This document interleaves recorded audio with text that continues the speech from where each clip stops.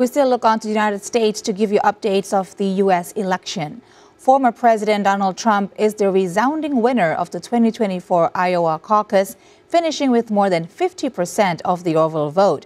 As VOA's Kane Faribault reports from Des Moines, dangerously cold weather that descended on Iowa ahead of the caucus impacted turnout, with overall participation down this year after reaching record highs in 2016. Extreme freezing temperatures didn't deter Sarka Moore from attending one of former President Donald Trump's final 2024 Iowa caucus campaign events. It also didn't dampen her plans to show up in person to support him on caucus night. I'm excited, very excited. It's my first time. Moore, an immigrant from the Czech Republic, spent time researching the caucus process as a first-time participant, motivated to support Trump. I love his policy. Everything was great under Trump's administrations. No wars. Economy was great. And there wasn't like open border. We want to thank the great people of Iowa. Thank you. We love you all. Trump's campaign resonated with Iowans, who braved the cold and ice across the state to deliver him a win with one of the largest margins of any Republican candidate in the contest's history. You know, I would say this is a pretty good turnout. Jan Good cast her vote at a caucus site inside a high school gymnasium in the Des Moines suburb of Ankeny. And I think the people that were absolutely determined were going to be here. I do know of some folks that were older and they chose not to get out. It was slippery coming in.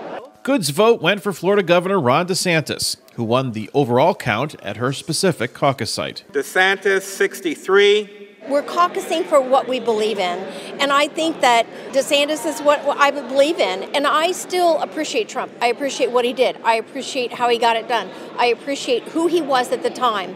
Unfortunately, rightly or wrongly, chaos follows him. DeSantis edged former UN Ambassador Nikki Haley to take second place in Iowa. Businessman Vivek Ramaswamy, who finished fourth, bowed out of the race and endorsed Trump.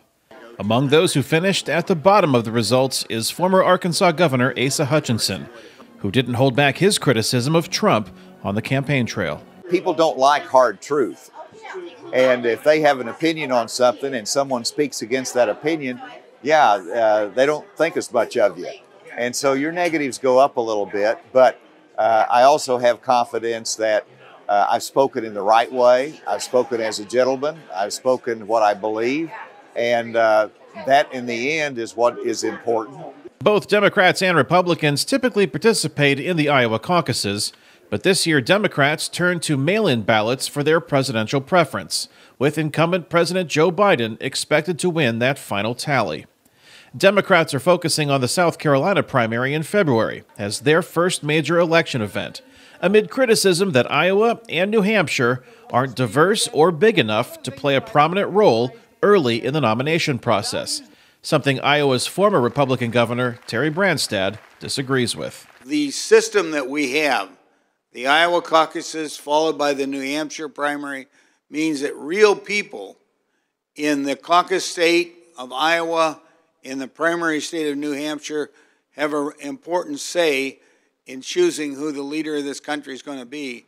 The campaign for the Republican nomination now shifts to New Hampshire, a state which looks to have better weather and perhaps turnout than Iowa, as it hosts the first in the nation primary election January 23rd. Kane Faribault, VOA News, Des Moines, Iowa.